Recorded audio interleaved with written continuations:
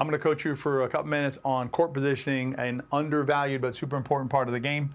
Here you can see, this is me here, this is Ivo here.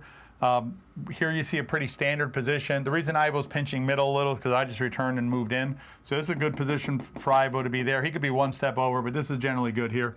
This is going to be a nice third to the outside, putting some stress on Ivo. And that's where we're going to start with this adaptive or dynamic court positioning.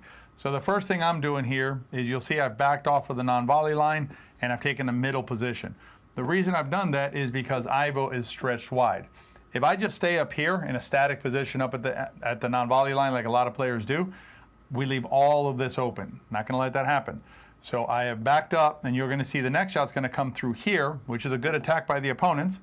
But because I'm in a good court position, right, I've adapted to the situation, I'm able to pick up that ball. This next shot's interesting because it clips the tape. Ivo can't get a paddle on it, so I'm backing him up there and able to get that ball back into play.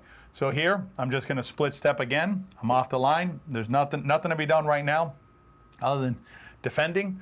Here I'm going to see what Ivo does before I make a move. I like it. I take a step in.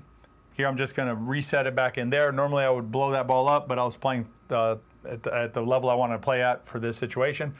So here I'm going to go to the outside and we get the out ball there. But what's really important is to understand that, you know, if you're just static up here at this line, oftentimes you don't give yourself the best chance to defend. If you use an adaptive court positioning or dynamic court positioning, you're going to play better. If you want to know how to do that, watch women pro matches. They are the best at adaptive court positioning. Male players, a little more stubborn. If you want to check out an in-depth demonstration or study of the adaptive court positioning, check out our breakdown of the Kawamoto's tournament in Cincinnati where they beat the field and took the finals. I'll see you next time.